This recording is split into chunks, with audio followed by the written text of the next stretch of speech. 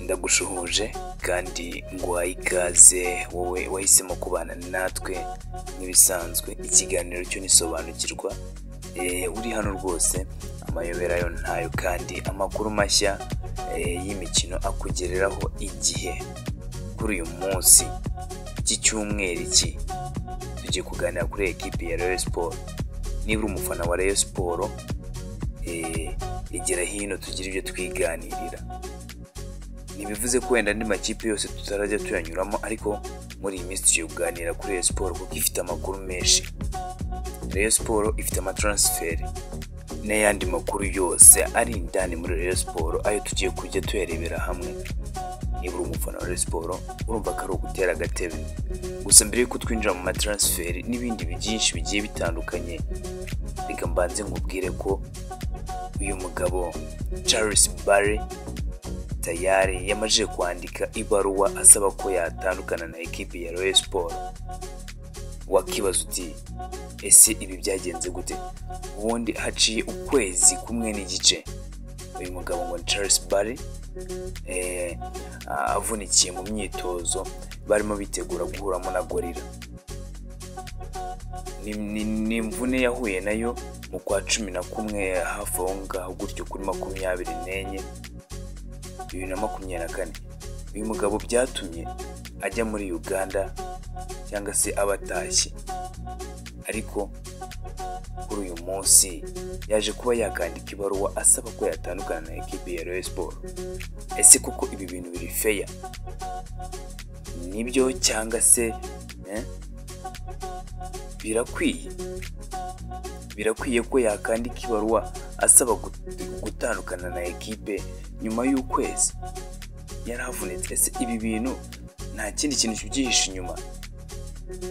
Charles Barry harakekwa ko yaba yarabonye indi ekipe yaba yifuza kuba yajyamo. Ibyo nabyo tuzabimenya bidatinze, tuzabibabwira.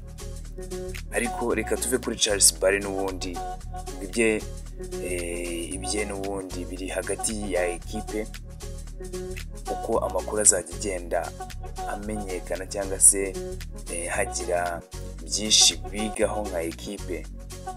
Nibamwemerera ko abatandukanye na ekipe tuzabibamenyesha, kuko ntabwo NDL yanditse letter ariko ntabwo iraba confirmed, ntabwo iremezwa. So ekipe ya Charles Barry tubyihorere, twigire muri transfer. Nituva muri transfer tujye kuganira bimwe mu bintu ejo bizaba birimo biraganirwaho mu nama. Ejo hari inama Rayon Sport ifite y'abakire. Iyo nama irabirimo ibintu byinshi bigiye bitandukanye. Ese ni ibiki baraza kuganiraho? Nguhaye ikaze nanone, twinjira indani noneho tureba bamwe mu bakinnyi ekipe iri kwifuza. Niba utarakanda subscribe menya ko wacika. Reka duhere ku musore muto iyi ekipe imaze iminsi iri mu biganiro nawe, yifuza ko yayisinyira ndetse akaba yaza akayifasha muri imikino yo kwitegura imikino y'intwari ndetse na shampiyona muri rusange. Uyu musore nta wundi, bamwita Riyod Aroni. Nta wundi, uyu ni umusore ukinira ikipe ya Nyasi Big Bullet. Yavutse mu mwaka wa 2003, byumvikana ko afite imyaka 22. Uyu ni rutahizamu w'iyi ekipe. Ni umusore witwaraga neza muri iyi ekipe yari arimo n'ubundi, dore ko ari n'umusore twavuga ko n'umwataka, ariko akaba ashobora kuba yanakina no ku mpande. Uwo nta wundi ekipe ya Rayon Sport iri kwifuza n'uyu Riyod Aroni. Ese abandi bakinnyi ni bande barimo baragerwa amajanja ngo baze muri ekipe ya Rayon Sport? Reka nze mubwire undi mugabo ariko bitaremezwa. Reka nze mubwire undi mugabo biri kuvuga ko ekipe ya Rayon Sport iri kumushaka. Niba uri tayari kumva aba bakinnyi ndetse bose hamwe muri rusange, ubundi Rayon Sport ikeneye abakinnyi batatu. Mu kanya ndaje nshyira ikiganiro bose mbasobanura ndetse mbavimuzi n'umuzingo. n'uyu nguyu Rio de Alone nawe araba arimo mu bakinnyi ndibuze gusesengura. Niba utarakanda subscribe umenye ko wacikanwe, niba uri tayari kuza kubumva wowe kanda subscribe kugira ngo utaza gucikanwa.